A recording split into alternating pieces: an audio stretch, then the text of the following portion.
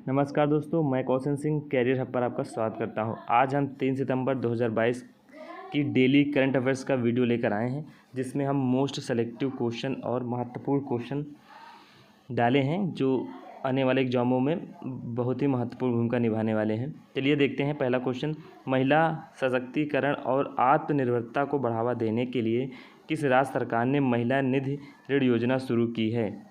तो किस राज्य सरकार ने महिला निधि योजना शुरू की है? हमारा सही उत्तर होगा राजस्थान की सरकार ने महिला निधि ऋण योजना शुरू की है। चलिए आगे देखते हैं इसके बारे में। इस योजना के तहत महिलाओं को व्यवसाय की आवश्यकताओं के लिए ऋण उपलब्ध कराया जाएगा। इस योजना के जरिए महिला एवं स्वयं सहायता समूह को मजबूत बनाने में बैंकों से ऋण दिलाने और आत्मनिर्भर बनाने के लिए काम किया जाएगा। इस योजना का मुख्य उद्देश्य है कि महिलाओं को लोन उपलब्ध कराना और आत्मनिर्भर बनाना। चलिए अगला क्वेश्चन देखते हैं। किस भारतीय को स्टारबक्स कॉफ़ी कंपनी के सीईओ के रूप में नियुक्त किया गया है?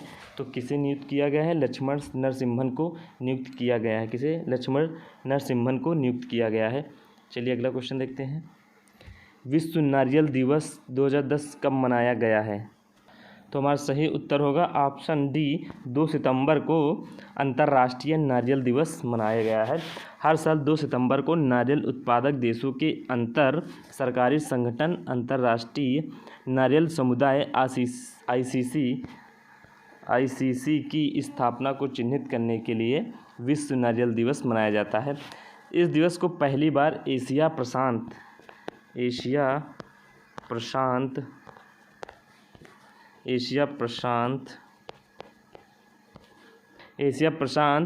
2 सितंबर 2009 में मनाया था। चलिए अगला क्वेश्चन देखते हैं। किसानों के कल्याण के लिए रूरल बैकयार्ड पिगरी योजना किस राज्य सरकार ने शुरू की है? तो किस राज्य सरकार ने इस योजना शुरू की है? तो यह मेघालय राज्य सरकार ने शुरू किया है। चलिए इसके बारे में जान लेते हैं। मेघालय के बारे में। मेघालय की राजधानी शिलांग है और मेघालय की स्थापना 21 जनवरी 1972 में की गई थी। मेघालय के गवर्नर सत्यपाल मलिक हैं। मेघालय के मुख्यमंत्री कॉनराड संगमा जो नेशनल पीपुल पार्टी के हैं। मेघालय का एक पड़ोसी राज्य असम है।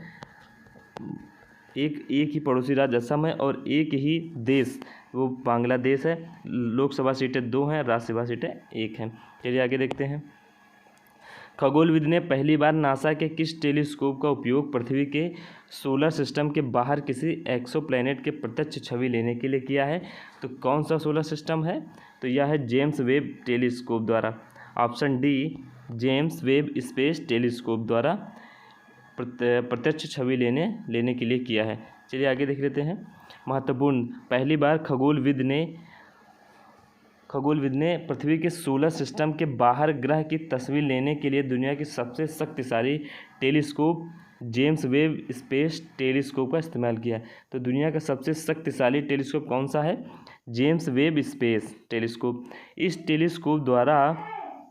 टेलीस्कोप द्वारा ली गई एक्सोप्लैनेट की छवियां दूर की दुनिया के अध्ययन के लिए भविष्य की संभावनाओं पर प्रकाश डालती हैं। चलिए आगे देखते हैं। केंद्रीय सशस्त्र पुलिस बलों के कर्मियों के लिए CAF आवास वेब पोर्टल को किसने लॉन्च किया है? तो यह पोर्टल अमित शाह केंद्रीय एवं सहकारिता मंत्री द्वारा लॉन्च किया गया है। अजीत डोभाल क्या है? राष्ट्रीय सुरक्षा सलाहकार हैं। राजनाथ सिंह क्या है? केंद्रीय शिक्षा मंत्री हैं।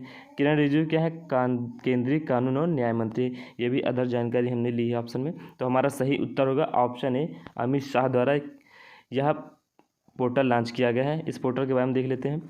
इस पोर्टल की मदद से केंद्रीय सशस्त्र सीमा पुलिसकर्मी केवल अपने बल में उपलब्ध आवास खोजने के बजाय अन्य बलों के पास उपलब्ध घर भी ढूंढ सकेंगे। ये मतलब ऐसा पोर्टल है जो पुलिसकर्मी होते हैं वो ऑनलाइन अपने जहाँ उनकी पोस्टिंग होती है वहाँ ऑनलाइन आवास ढूंढ सकते हैं और रजिस्ट्रेशन भी कर सकते हैं। ये देखिए, आवासीय क्वार्टरों के ऑनलाइन पंजीकरण की आवंटन को सक्षम बनाएगा। चलिए अगला क्वेश्चन देखते हैं।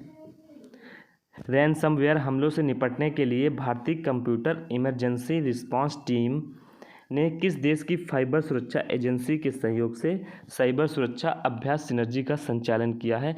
तो किस देश की मदद से यह सिनर्जी का संचालन किया है?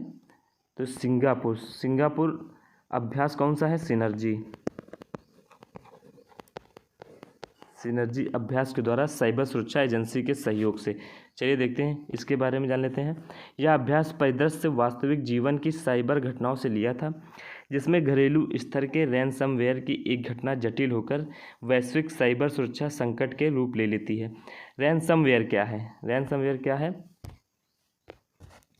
रैनसमवेयर एक मेलवेयर है जिसमें एक प्रकार का दुर्भावनापूर्ण फिरौती मांगने वाला सॉफ्टवेयर है। इसे इस तरह से बनाया जाता है कि वह किसी भी कंप्यूटर सिस्टम के सभी फाइलों को एन्क्रिप्ट कर दे। चलिए आगे देखते हैं सिंगापुर के बारे में। सिंगापुर एशिया महाद्वीप में स्थित है। सिंगापुर कहाँ स्थित है? एशिया महाद्वीप में स्थित है। सिंगापुर की राजधानी सिंगापुर सिटी है। सिंगापुर की डॉलर क्या है? Singapore dollar.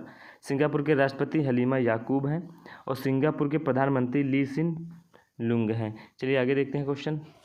राष्ट्रीय अपराध रिकॉर्ड ब्यूरो NCRB द्वारा जारी क्राइम इन इंडिया रिपोर्ट 2021 के अनुसार यातायात हादसों में सर्वाधिक मौतें किस राज्य में हुई हैं? तो सर्वाधिक मौतें उत्तर प्रदेश में राज्य में हुई हैं। किस राज्य में हुई हैं? सर्वाधिक मौतें उत्तर प्रदेश राज्य में हुई हैं। चलिए देखते हैं इसके बारे में।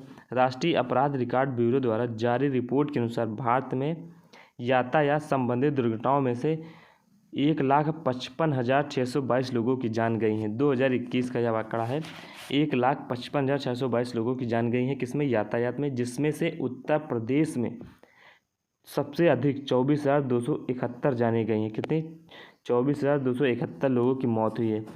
इस रिपोर्ट के अनुसार 2021 के दौरान मोटरसाइकिल यानी दोपहिया वाहन सबसे अधिक जानलेवा सड़क हादसे हुए। कितने? दोपहिया वाहन सबसे अधिक सड़क हादसे हुए हैं और कुल 69,240 मौत दर्ज की गई हैं। दोपहिया वाहन से सबसे अधिक हादसे तमिलनाडु में हुए। सबसे अधिक हादसे तो तमिलनाडु में हुए हैं, लेकिन सबसे अधिक मौतें उत्तर प्रदेश राज्य में हुई हैं। कितने? उत्तर प्रदेश राज्य में। तो दोपहिया वाहन से तमिलनाडु में हादसे कितने हुए? 18,507 हादसे तमिलनाडु में हुए, लेकिन उत्तर प्रदेश में सबसे ज़्यादा मौतें 5,891 लोगों की जान गई है। चलिए अगला देखते हैं क्वेश्चन।